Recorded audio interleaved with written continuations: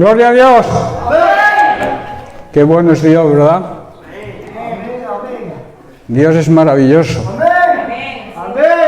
No merecemos el Padre que tenemos, pero Él nos ama. Es Él un Dios de amor, un Dios de misericordia. Su esencia es el amor. Él, por mucho que tú pienses que Él te deja de amar, Él nunca deja de amar. Cuanto más lejos estemos de Él, más nos ama. Porque quiere que volvamos a Él. Y no, cuando volvemos a Él, no viene con reproches hacia nosotros, sino como el hijo pródigo nos da un abrazo de bienvenida. Nos pone el anillo de oro en el dedo, que simboliza que recobramos nuestra identidad de hijos. Qué importante que entendamos eso. Bien, pues buenos días a todos. Bienvenidos a los que nos visitáis. Un privilegio, es una gran alegría y un gozo poder recibiros. También un saludo a aquellos que nos siguen a través de redes sociales, en los canales de YouTube y de Facebook. Os mandamos un saludo muy afectuoso. Bien, pues vamos a empezar o vamos a continuar con el tema de semanas anteriores. No sé si lo recordaréis, supongo que sí, porque soy aplicado, soy estudioso de la Biblia y sé que durante la semana repaséis todos los versículos que se predican el domingo, ¿verdad que sí? ¿A qué lo hacéis? No seas mentiroso. Bueno, sí, el tema que estamos tratando es la iglesia que Dios quiere que seamos. La iglesia que Dios quiere que seamos, repito, la iglesia verdadera. Y hago énfasis en verdadera porque hay muchos llamados iglesia que no son verdaderos, que mienten, que no andan de acuerdo a la palabra de Dios. Decíamos también que hay una serie de principios básicos que estamos estudiando para poder ser lo que Dios quiere que seamos, ser lo que Dios quiere que seamos a sus ojos, lo que Él quiere ver de su iglesia. También ponernos la visión de la iglesia tiene que ser la misma visión que Él tiene. ¿Qué visión y qué misión tiene Dios? Salvar a aquellos perdidos. Entonces nuestra visión tiene que ser la misma visión que tiene Dios. Basábamos estos estudios en Apocalipsis capítulo 19, que vamos a repasar, vamos a hacer un corto repaso rápido por aquellos que no han tenido la oportunidad de escuchar las dos prédicas anteriores sobre el tema. Dice así Apocalipsis 19, verso 7. Dice: gocémonos y alegrémonos. Esto era un clamor que oyó Juan, que salía del mismo cielo, del mismo trono de la gracia. Dice así: gocémonos y alegrémonos y démosle gloria, porque han llegado, el tiempo ya ha llegado, las bodas del Cordero, y su esposa se ha preparado. Y el versículo 8 dice: y a ella, a la iglesia, a esa iglesia que Jesucristo compró y edificó, se le ha concedido un gran privilegio, nada más y nada menos que ser la novia del Cordero. Tenemos un gran privilegio. Jesucristo quiere desposarse con su iglesia, pero claro, quiere una iglesia limpia, blanca y resplandeciente. Y aquí la compara, el versículo 8, con el lino fino. El lino fino ya estuvimos estudiando la etimología y de dónde procedía y dónde se cultivaba. El lino fino es algo de gran pureza. El lino fino representa la pureza que debe tener la iglesia, la santidad en la cual debe vivir la iglesia, las obras en las cuales debe andar la iglesia. Ya lo dice ahí, el lino fino representan, simbolizan las obras, las acciones de un pueblo santo, un pueblo transformado y un pueblo dedicado y apartado para servir a Dios. Esa es la misión de la novia del Cordero, y las bodas están ahí. Las bodas están, sabéis que es un fenómeno, es un acontecimiento que va a tener lugar durante la segunda venida de Cristo, y por las señales que estamos viendo, Cristo está cerca.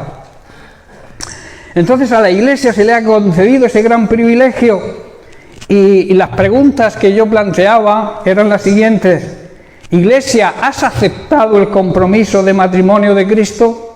Cristo nos demuestra, nos ha demostrado su amor. O sea, se ha declarado a nosotros. Pero nosotros, ¿qué hemos contestado? La segunda pregunta es si hemos aceptado el compromiso con Cristo.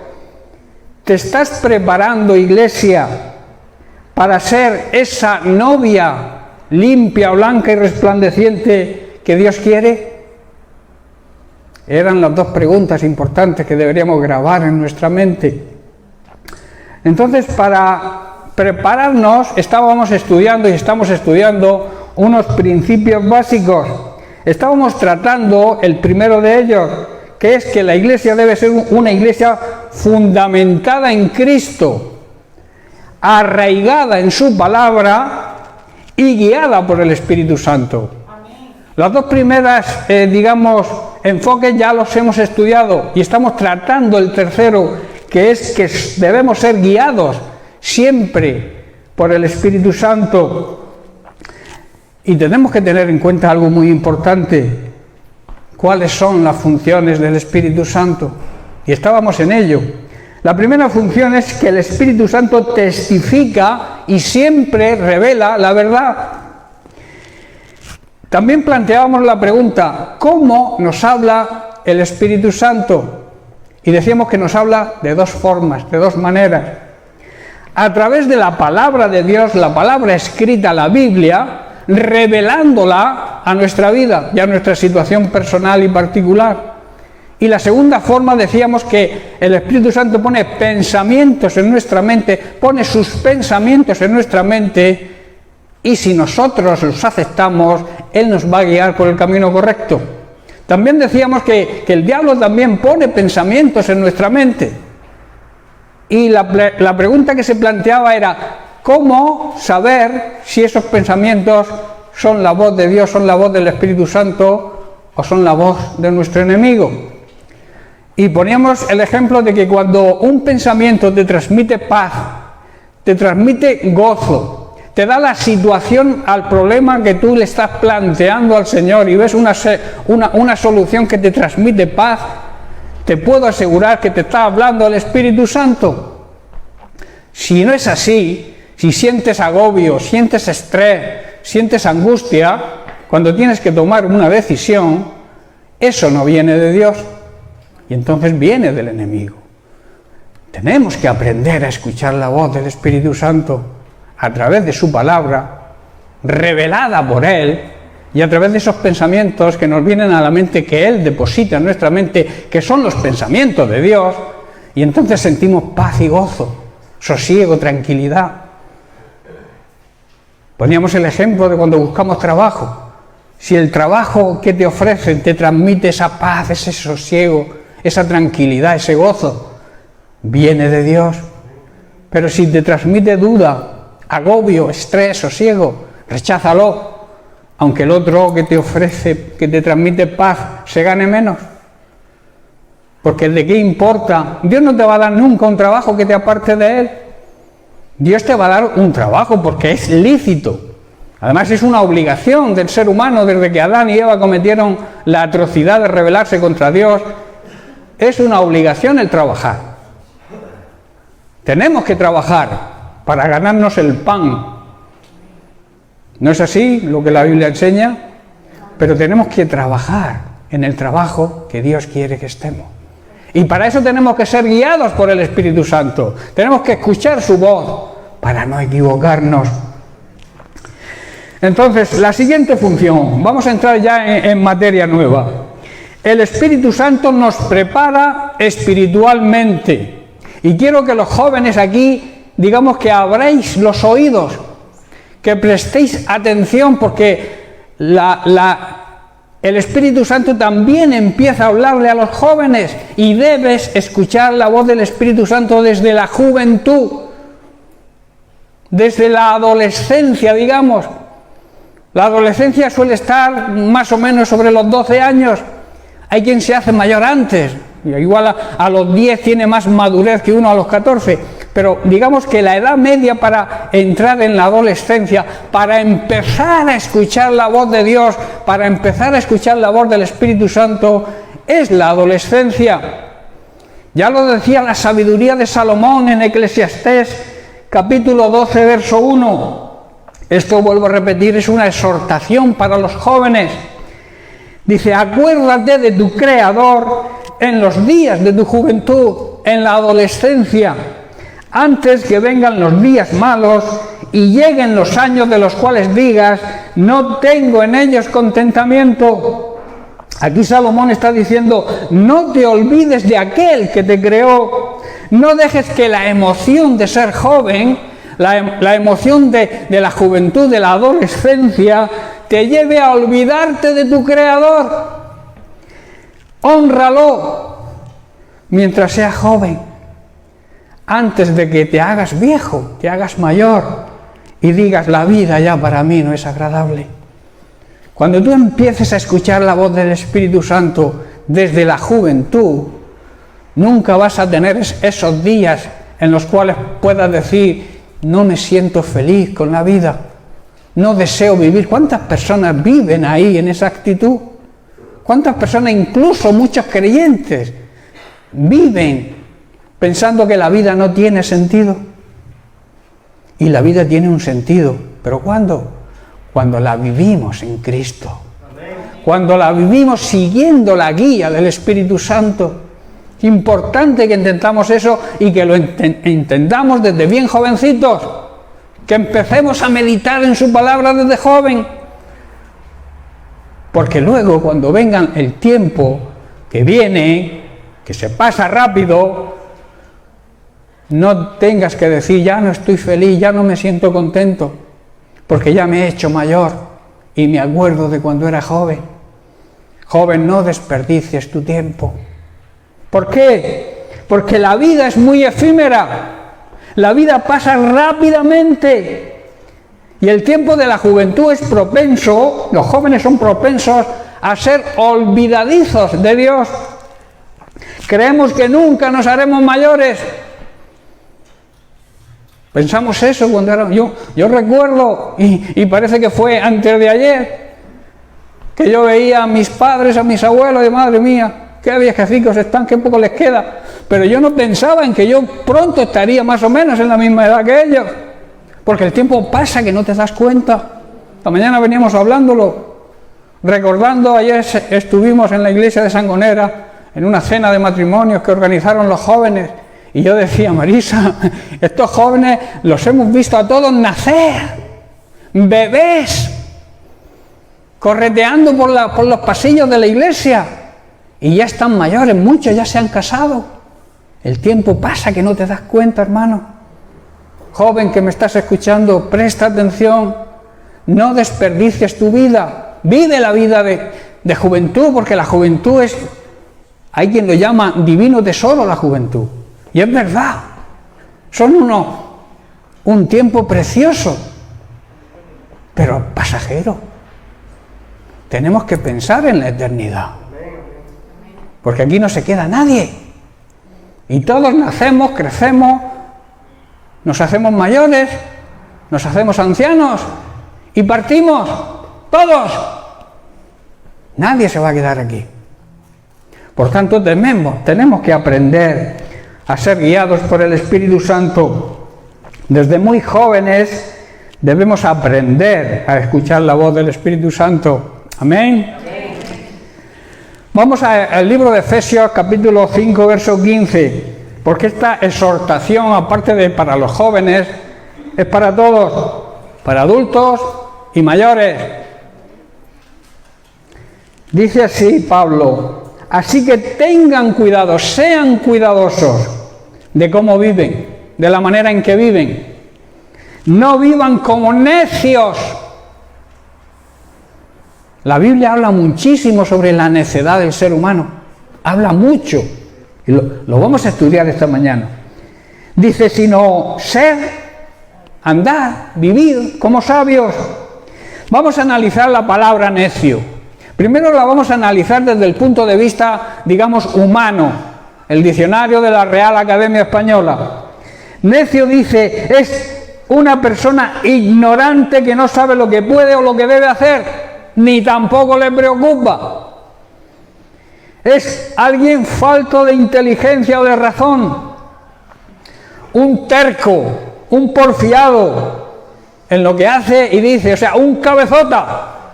Un cabezota es un necio. Persona que insiste, también dice la Real Academia, persona que insiste en los propios errores y se aferra a sus ideas, aunque estén equivocadas, demostrando su poca inteligencia. Si estás equivocado, reconócelo, cambia. Eso es de sabios. Aquellos que se aferran a sus ideas, aquellos que dicen yo tengo razón, aunque saben en su interior que no la tienen, pero por no dar su bracito a torcer, siguen ahí, tercos, cabezotas, necios. Ahora vamos a analizar la palabra necio desde el punto de vista bíblico, que como he dicho, la palabra necio aparece un montón de veces en la Biblia. ¿Por qué será? Necio, bíblicamente, es aquella persona que no ordena, que no basa su vida en el temor, en la honra, en el respeto y en la obediencia a Dios. ¿Habéis entendido? A grandes rasgos, un necio es aquel que no edifica su vida sobre la palabra de Dios, no edifica su vida honrando a Dios, respetando, obedeciéndole, temiéndole. Es lo que habla. El temor de Dios no es pánico, no es miedo a la condenación. El temor de Dios es honrarlo, valorar lo que es y lo que ha hecho por nosotros. Eso es honrar al Señor y sobre todo obedecerle. Y obedecerle en todo. Esta mañana he visto una Biblia por ahí que se ha dejado alguien y la ha abierto. Y por donde ha abierto faltaba una página. Digo, ¿quién la habrá arrancado? Digo, a lo mejor alguien que ha leído esa página y no le ha gustado. La quito de la Biblia. Eso es lo que hacen muchos. Apartar lo que no le gusta y agarrarse a aquello que le gusta. La Biblia, hermanos, es la palabra de Dios, es la mente de Dios, es la voluntad de Dios. Y es Biblia, es palabra de Dios desde Génesis hasta Apocalipsis. Y debemos como creyentes saberlo. Entonces, en Proverbios capítulo 1, verso 7, Salomón asegura, el temor del Señor es la base, es el principio del verdadero conocimiento, de la verdadera sabiduría. Ser sabio es temer a Dios, honrarle, respetarle y obedecerle. Pero dice, los necios desprecian la sabiduría y la disciplina. ¡Ay, que el pastor me ha reñido! No tiene razón. Me voy a tirar 2 semanas sin dirigirme a él. Porque me ha corregido algo que yo sé que está bien. Si el pastor te ha corregido es porque algo estás haciendo que no está bien. Aunque te creas perfecto, no seas tarugo, no seas cabezón, cabezota, acepta la corrección, acepta la disciplina, que si el pastor te lo hace es por tu bien.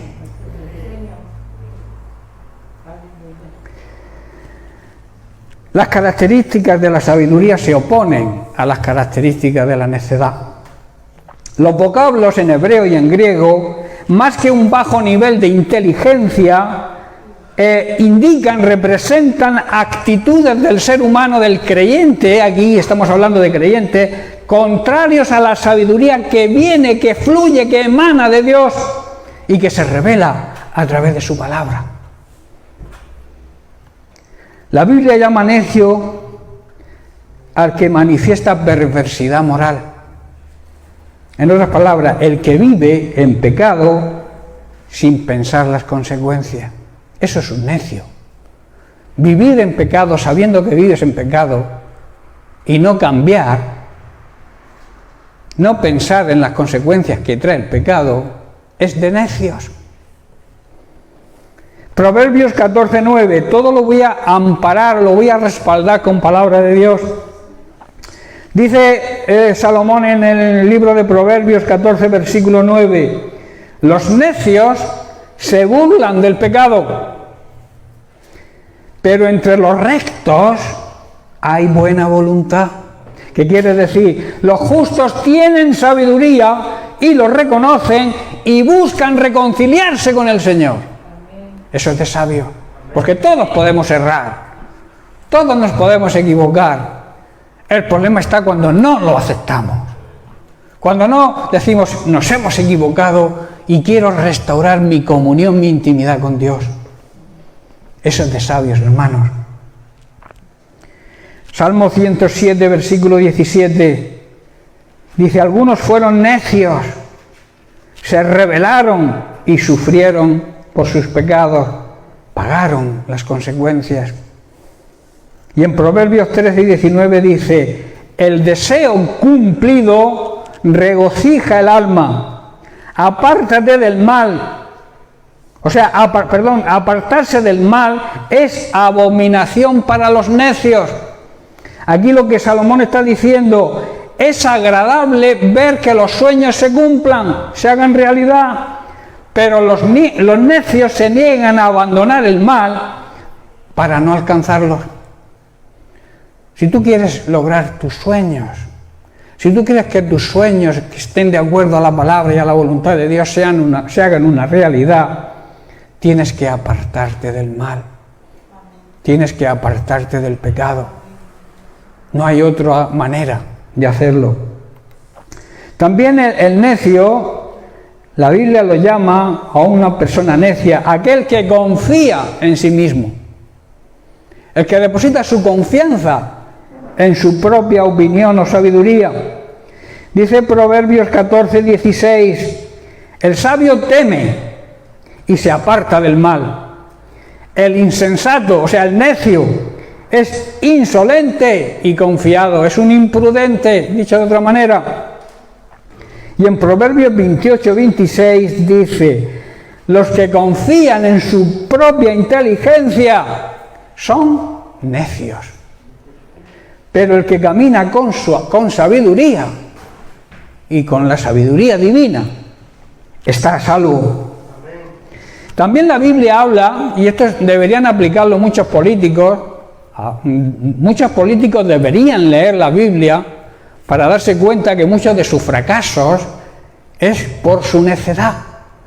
Porque aunque se crean muy inteligentes y estén en puestos de eminencia, gobiernen un país, sean políticos, también se comportan muchísimo como necios. Mirad que dice también Salomón, Proverbios 28, 16. Dice, un gobernante sin entendimiento, o sea, un gobernante necio, oprimirá a su pueblo, pero el que odia la corrupción, por cierto, vivimos una época, un tiempo de tremenda corrupción, y sobre todo entre los políticos, dice, el que odia la corrupción, el gobernante que odia la corrupción, tendrá una larga vida.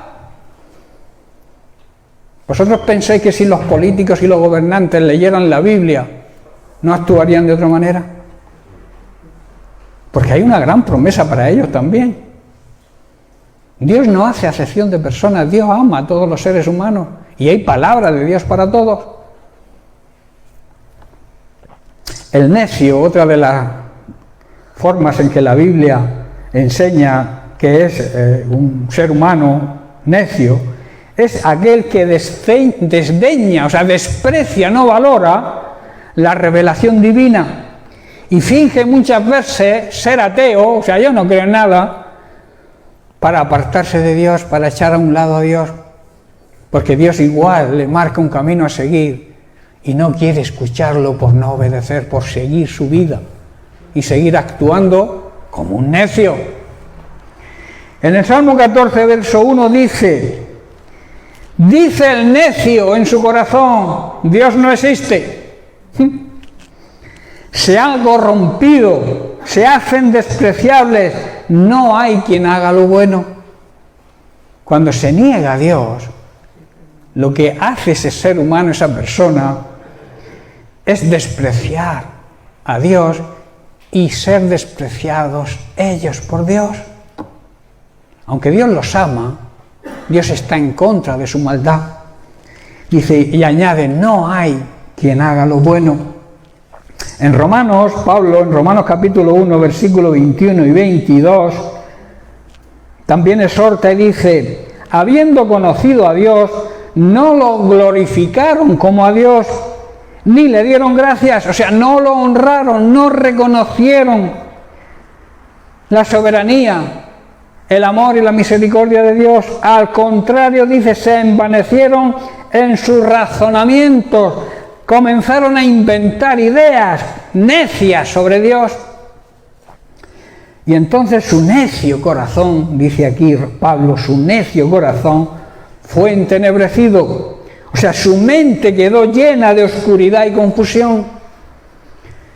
Y el verso 22 dice, pretendiendo, asegurando, muchos aseguran ser sabios, se hicieron completamente necios. ¿Estamos aprendiendo? Estamos aprendiendo sobre la necedad, lo que significa ser necio.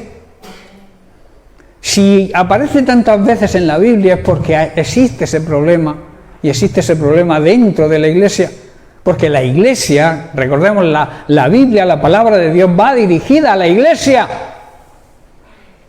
que la Iglesia debe transmitirla a los demás, pero realmente la palabra de Dios es para la Iglesia.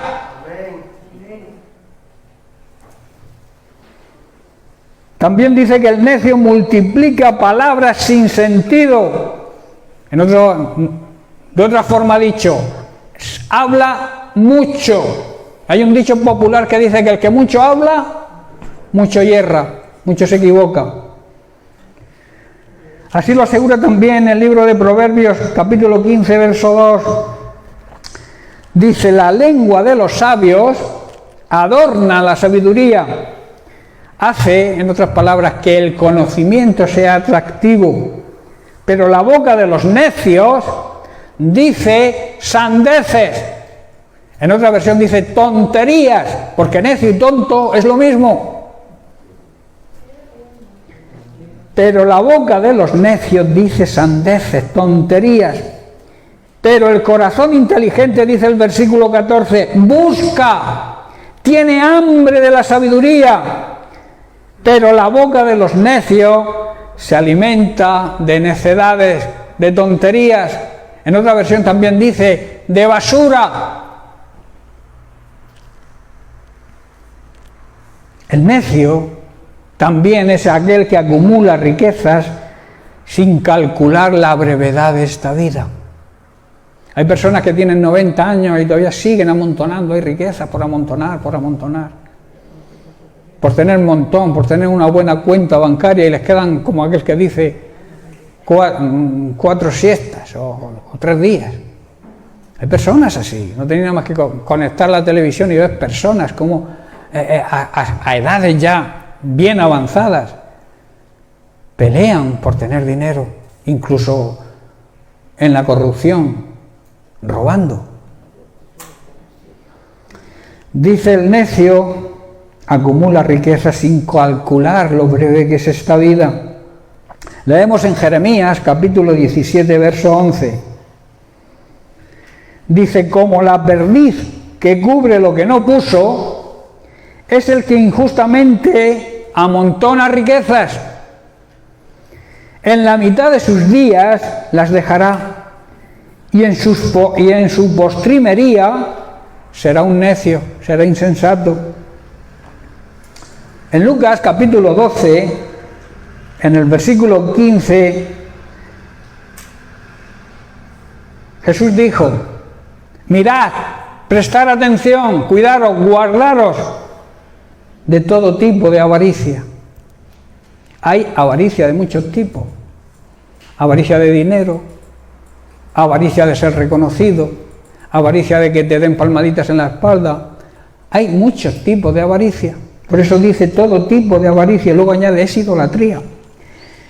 Porque dice, la vida, dice Jesús, la vida del hombre no consiste en la abundancia de los bienes que posee. Esto es una gran verdad. Esto es una, digamos, es una extraordinaria enseñanza que Jesús quiere transmitirnos hoy. Aunque lo predicó hace muchísimos años, esto está vigente para nosotros hoy. Por eso, después de darnos esa gran enseñanza, le refirió a sus discípulos y a la gente que le seguía y a nosotros hoy una parábola para que nos sea más fácil entender esto. Para ellos les fue más fácil Jesús recordar que hablaba por parábolas precisamente para hacerse entender y que la gente, aún sin mucha cultura, pudieran entender su mensaje. Dice el versículo 16, también les refirió una parábola diciendo, la heredad de un hombre rico había producido mucho, y él pensaba dentro de sí diciendo, ¿qué haré? Porque no tengo donde guardar tanto fruto. Versículo 18, y dijo, al ver todo lo que había producido su hacienda, su finca, dice, esto haré, derribaré mis graneros y los edificaré mayores, y allí guardaré todos mis frutos y mis bienes. Estaba pensando en ayudar a los demás. Estaba pensando en de todo aquello que le sobraba, voy a ver dónde hay una necesidad y la cubro. Estaba pensando eso, ¿verdad? Estaba pensando en guardarlo bien guardadito. Ahí en la caja fuerte, bien guardadito. Y como es pequeña la voy a hacer más grande para que quepa más. El versículo 19 dice, y diré a mi alma, alma, muchos bienes tienes guardados para muchos años. Hay quien tiene ahorrado y amontonado para 20 vidas que no va a vivir. Hay personas hoy que ganan cada hora, no sé, 300.000 euros. Caso de los deportistas, hay deportistas que ganan por darle una patada a un balón. Cada patada les cuesta al club 300.000 euros. Y los pagan. Esas personas tendrán acumulado dinero y riquezas para varias vidas. No tendrán tiempo de gastarlo. Pero quieren más.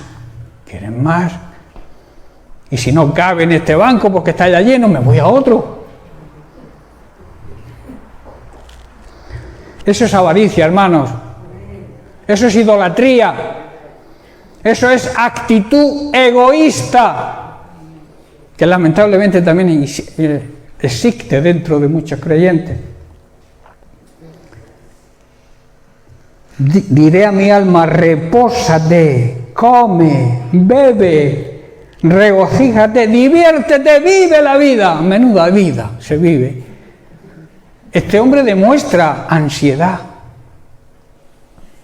Cuando uno tiene muchas riquezas, vive ansioso.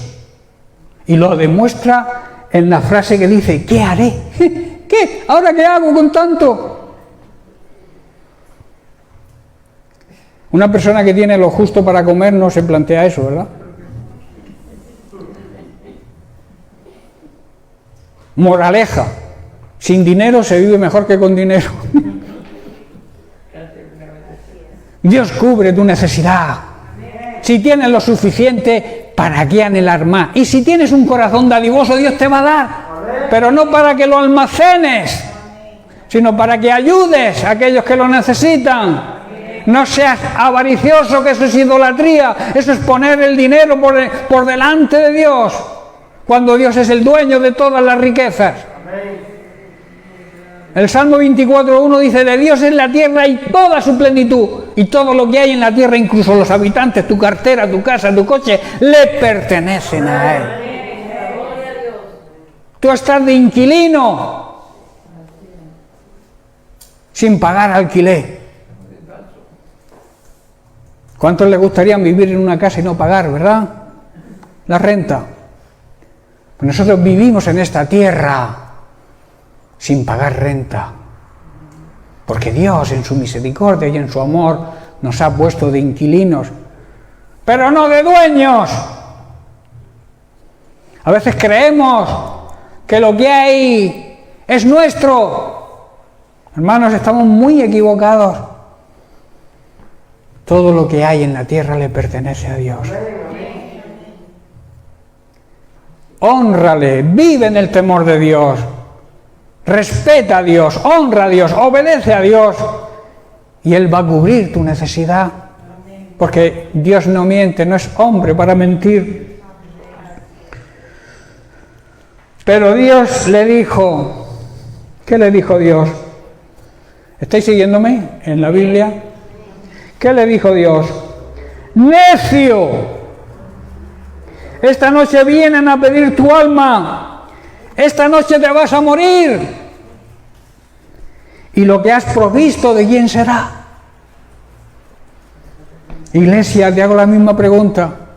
Lo que has provisto si mueres esta noche, ¿de quién será? ¿Quién se quedará con aquello que has acumulado, que has ganado durante toda tu vida? Si has hecho un buen testamento, pues quizá que se lo queden tus hijos. Pero como no hayas hecho las cosas bien, se lo lleva tu hacienda. Así de claro. Versículo 21. Así es el que hace para sí tesoro y no es rico para con Dios. Así es el que almacena riquezas terrenales, pero no es rico en su relación con Dios. Es un necio. La mayor sabiduría es tener una buena relación con nuestro Dios, una buena relación de intimidad con nuestro Padre Celestial, que Él quiere darnos y cubrir toda nuestra necesidad, y de vez en cuando también nos da caprichos, pero cuando nos portamos como buenos hijos. Eso pasa en la vida, digamos, cotidiana.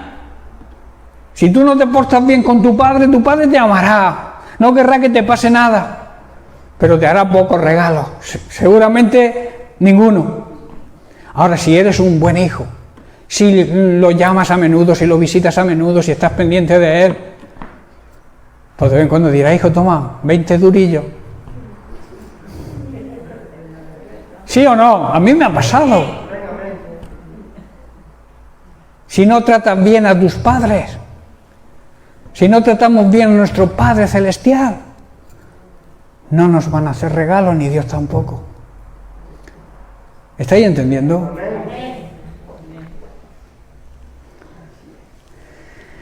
Jesús, como he dicho, nos transmite una gran enseñanza, y luego hemos visto que pone el ejemplo del rico, necio e insensato. Y les dijo, vuelvo a repetir la enseñanza para que se nos quede bien grabada.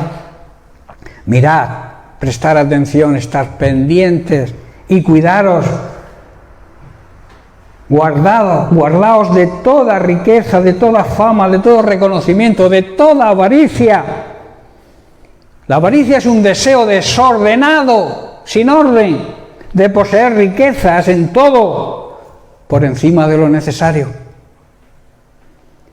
Y añade, porque la vida del hombre, del ser humano, no consiste en la abundancia de los bienes que posee. Necio, por tanto, para resumir, es aquel que tiene una oportunidad y no la aprovecha. Cuando se presentan las oportunidades, ¿qué debemos hacer? Bueno, ya vendrá otra, pero ¿y si no viene? Estás comportándote como un necio. Si a ti se te presenta una oportunidad y no la aprovechas, eres un necio. Si se te presenta la oportunidad de apartarte del mal, de dejar de confiar en ti mismo y confiar en Dios, de aceptar y valorar la palabra de Dios, de dejar de hablar demasiado y por tanto equivocarte, de dejar de amontonar riquezas y enviar tesoros al cielo, y no lo hace, es un necio.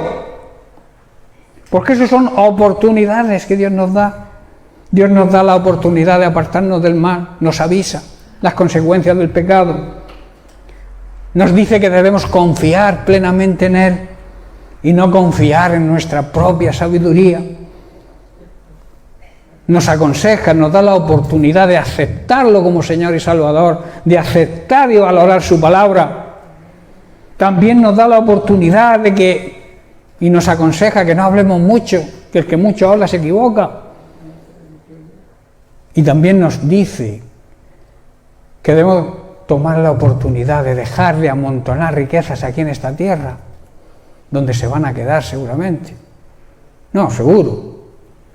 Y mandemos tesoros al cielo. Jesús lo dijo así también, ¿no? Necio es aquel que le hablan de la verdad, no escucha y prefiere vivir en la mentira. Eso también es un necio, porque la mayor necedad de un ser humano, ¿sabéis cuál es? ¿Sabéis cuál es la mayor necedad de un ser humano? Saber que todos vamos a morir un día y no prepararse. Dejarlo siempre para mañana. Bueno, ya me prepararé. La muerte no avisa. La muerte no te manda un WhatsApp y te dice, mañana vengo por ti. Ni un SM, ni un correo electrónico. La muerte no te avisa. La muerte llega. Y eso es una realidad y una verdad que debemos aprender. Por eso debemos prepararnos, porque si no estamos preparados somos necios. Y al ser necios y no estar preparados, ¿qué nos va a ocurrir? Porque una vez que te has muerto, que el alma se ha separado del cuerpo, ya no hay rectificación ninguna.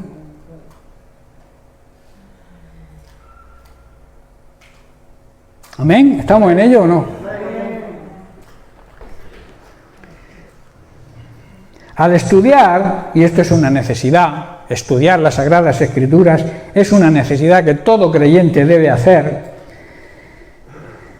Al estudiarlas se aprende a oír al Espíritu Santo, se aprende a escuchar la voz de Dios. Y como he dicho, debemos hacerlo desde la adolescencia, desde la juventud. Esto, hermanos, es demostrar sabiduría y no ser necio. Al Espíritu Santo se le conoce como el Consolador y puede calmar nuestros temores. Cuando tú sientas temor, cuando tú tengas algún problema, alguna circunstancia adversa, busca la voz del Espíritu Santo. Te va a transmitir paz, te va a transmitir solución, amor, misericordia. Y todo eso aleja los temores de nosotros y también nos llena de esperanza. El Espíritu Santo siempre hablará de Jesucristo, siempre hablará la palabra de Dios tal y como la predicó Jesucristo. También nos hablará de su próxima venida y que estemos preparados para ello. En Juan capítulo 14, en el versículo 26 y 27, vemos que el Consolador puede enseñarnos y recordarnos todas las cosas que necesitamos saber y hacer como creyentes. Jesús dice, mas el Consolador, el Espíritu Santo, a quien el Padre enviará en mi nombre, Él os enseñará todas las cosas y os recordará, esto es importante, todo lo que yo he hecho y he dicho. No va a recordaros nuevas revelaciones, como decíamos el otro día. El Espíritu Santo en la palabra de Dios no trae nuevas revelaciones, sino las revelaciones que ya están hechas. Él nos la va a traer. Lo que la palabra de Dios hoy no entiendo y mañana entiendo, eso es que el Espíritu Santo me lo ha revelado. No hay otra manera, no hay nuevas revelaciones como aseguran muchos. La revelación es su palabra. Y el Espíritu Santo la hace rema a nuestra vida, la aplica a nuestra vida en los momentos que la necesitamos. Dice el versículo 27, la paz os dejo. Hermanos, escuchar la voz del Espíritu Santo siempre nos traerá paz. Dice, mi paz os doy. El Espíritu Santo es un gran regalo que debemos apreciar y valorar. Dice, yo no os la doy como el mundo la da. No se turbe vuestro corazón ni tenga miedo. El Espíritu Santo, hermanos, está ahí para guiarnos. Está ahí como nuestro consolador y también como nuestro ayudador. La enseñanza, el recordarnos todo lo que Jesús hizo y dijo, hará que recibamos el regalo de la paz. Cuando el Espíritu Santo te revele a Cristo, te revele todo lo que Jesucristo enseñó, todo lo que Jesucristo hizo, toda su vida nos sea revelada, eso nos va a hacer que recibamos como regalo la paz. Una paz que el propio Jesús nos promete y que sobrepasa todo entendimiento humano, porque es muy diferente al tipo de paz que nos ofrece este mundo. En Juan 15, 26 Jesús dice que el Espíritu Santo da testimonio del Padre y del Hijo. Dice, pero cuando venga el Consolador, a quien yo enviaré de parte del Padre, el Espíritu de verdad, o sea, el Dios de la verdad, el cual procede del Padre, Él va a dar testimonio acerca de mí. Y en Romanos capítulo 8, verso 11, el Espíritu Santo nos llena de esperanza y amor porque nos da vida, nos vivifica. Dice el versículo 11, y si el Espíritu de aquel que levantó de los muertos a Jesús está en vosotros, y supongo que está en nosotros, porque si hemos nacido de nuevo, nosotros somos el templo donde habita hoy el Espíritu Santo, como individuos y como iglesia. Entonces dice, y el Espíritu Santo que está en vosotros, el que levantó de los muertos a Cristo Jesús, dará vida, vivificará también vuestros cuerpos mortales por su Espíritu que mora en vosotros.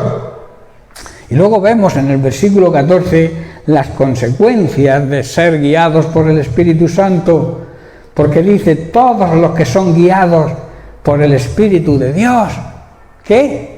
Son hijos de Dios. Dios, hermanos, nos ha provisto un guía. Seamos sabios y dejemos que nos guíe. Y así demostraremos que somos hijos de Dios de verdad. Es lo que aquí está diciendo Pablo en Romanos.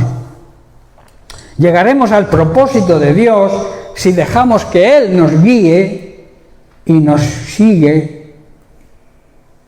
guiando siempre. Nos guió a la iglesia primitiva, ha ido guiando a su iglesia durante todos los siglos y nos sigue guiando hoy. Es su misión, es la misión del Espíritu Santo. Por eso debemos seguirle a Él y no seguir nuestras propias inclinaciones o las que el mundo en que vivimos nos ofrece. Estoy terminando.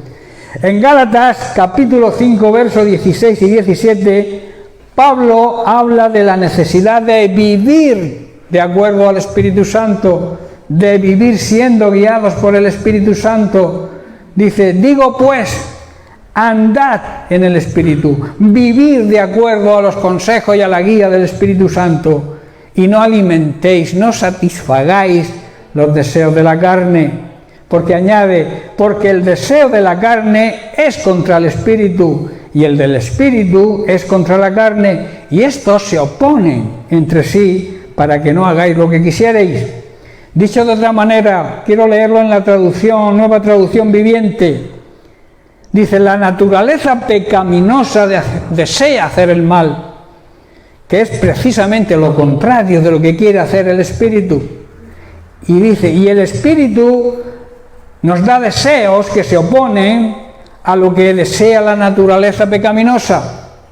Estas dos fuerzas luchan constantemente entre sí, y entonces vosotros no sois libres para llevar a cabo vuestras intenciones buenas. Y en Proverbios capítulo 3 vamos a leer los versículos del 5 al 7, donde Salomón hace una gran declaración. Dice, fíate del Señor con todo tu corazón. O sea, fíate del Señor, confía en el Señor, de verdad, no solo de palabra, y no te apoyes en tu propia prudencia. Reconócelo en todos tus caminos y Él va a enderezar tus veredas. Y el versículo 7 dice, no seas sabio en tu propia opinión, teme, que significa, como vengo repitiendo, significa honra, respeta y obedece a Dios, y apártate del mal, apártate del pecado. El Espíritu Santo siempre nos va a guiar a apartarnos del pecado. Salomón aquí está diciendo muy claramente que debemos confiar plenamente en el Señor de todo corazón y no depender de nuestras opiniones, de nuestros puntos de vista, de nuestro razonamiento, porque eso es sabiduría humana y nosotros necesitamos sabiduría del cielo. Dice, buscad su voluntad siempre en todo. Recuerda que su voluntad es su palabra, su voluntad es hacer su palabra, obedecer su palabra, y que todo lo que hagas sea dirigido por el Espíritu Santo, porque Él te va a mostrar el camino y la decisión que debes tomar en cualquier cosa que tengas que afrontar. Y luego dice, no te dejes impresionar por tu propia sabiduría. En cambio, teme, honra, respeta y obedece al Señor.